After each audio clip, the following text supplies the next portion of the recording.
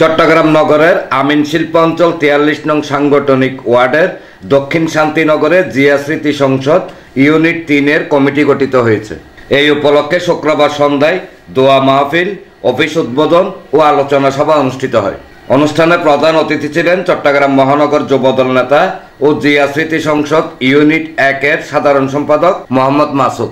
পরে চট্টগ্রাম মহানগর ছাত্রদলের সাবেক যুগ্ম সাধারণ সম্পাদক মোহাম্মদ সাইফুল ইসলাম সাইফকে প্রধান উপদেষ্টা, নগর যুবদল নেতা মোহাম্মদ মাসুদকে উপদেষ্টা, মোহাম্মদ মুস্তফাকে সভাপতি, আব্দুল কুদ্দুসকে সাধারণ সম্পাদক করে 5 সদস্য বিশিষ্ট দক্ষিণ শান্তিনগর জিয়া স্মৃতি সংসদের কমিটি গঠিত হয়।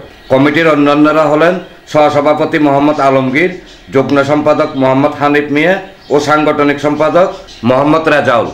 এই ক্লাবের উপদেষ্টা সাইফুল ভাই উনি আসার কথা ছিল, উনি বিশেষ কারণে উনি আসতে পারে না, এই জন্য আমি আসছি।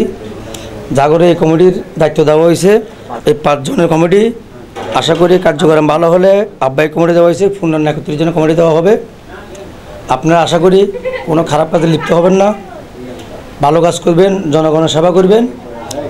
যদি খারাপ কোনো কাজে লিপ্ত থাকেন আমরা কমিটি বাতিল করে দেব, ক্লাবটা বন্ধ করে দেব। প্রধান উপদেষ্টা মাসুদ ভাই আমাদেরকে কমিটি করায় আমরা অনেক আনন্দিত।